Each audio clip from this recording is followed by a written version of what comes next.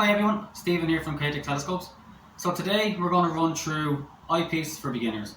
We get a huge amount of people on to us looking for ways of getting the most out of the telescope that they have, and generally the first port of call is different magnification eyepieces. So we're going to cover all of that in this video. Let's go.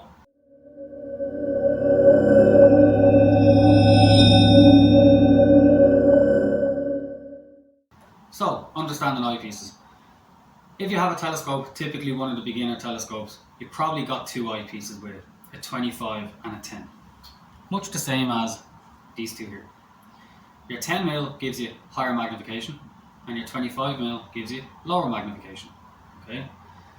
They're grand, they do the job, but you can get different focal length eyepieces to get different magnifications with your telescope. So the focal length of an eyepiece is the number on the side, 10 and 25.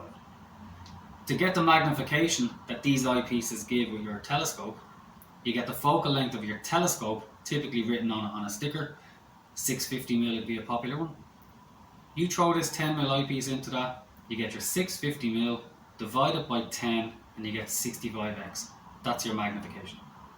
If you have a Magnification Cassegrain telescope like that has a 1500mm focal length, with this very same eyepiece, you get 150x. Okay, so that's how to work out what the magnification of any particular eyepiece is with your particular telescope. The other thing to bear in mind as well is that eyepieces come in two different sizes.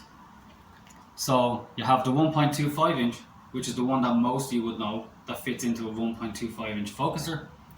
And you have the 2 inch, which is a lot bigger.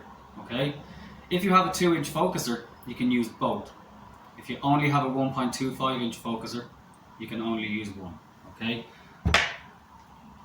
so with a particular telescope, commonly people get on to be looking for higher magnification. Basically, they've been out, they've been looking at the moon, they've been looking at whatever planets are up, and they want it to look bigger and better. Okay, so what you're looking for is a lower numbered eyepiece. Okay, this lower numbered eyepiece will give you higher magnification than the one that you would have been supplied with the telescope. So if you have a reflector, something in the region of, 550mm to 750mm focal length, 4mm, 5mm, 6mm eyepiece will typically be what you're hunting for. And if you have a Schmidt Cassegrain, which has higher magnification anyway, you're probably looking for something along 6, 7, 8mm, that kind of an area. Okay, so every telescope has different maximum magnifications you can use with it.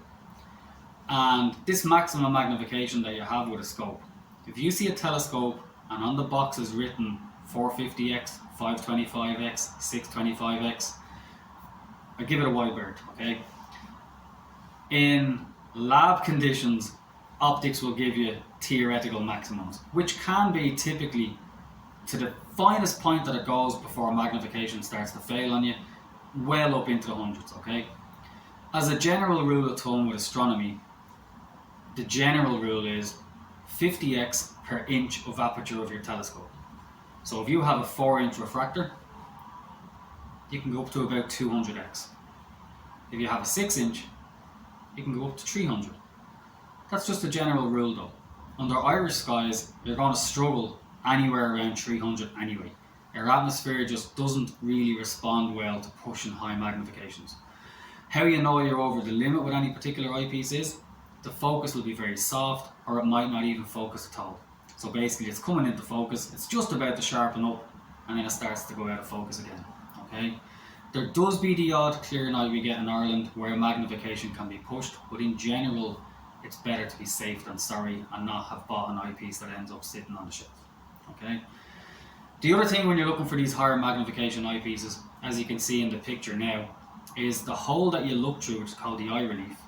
When you go to higher magnification eyepieces with certain designs, it can be pinhole size, and this isn't very comfortable. Okay, so in the picture you're looking at there, the left hand eyepiece is a 9mm Plossl and the right hand eyepiece is a 5mm ultra wide planetary from Skywatcher. If the one on the right was a Plossl, that hole you look through would be absolutely tiny, but because it's a modified design, it makes for more comfortable viewing. So when you're looking for a high magnification eyepiece, I tend to steer clear of standard Plossels, and I'd be looking for eyepieces that have good eye relief. Okay, and if you call us or you drop us messages or anything like that, these are always the ones that we would recommend anyway. As well as that, moving away from that higher magnification area where you have to look out for these kind of things, if you were looking for lower magnification, which is up in your kind of 25mm, 32mm, 36mm, that area, you'd generally be looking for those for your deeper sky stuff. Star clusters, galaxies, the larger nebulas that really need a wider, brighter field of view to get the best out of them.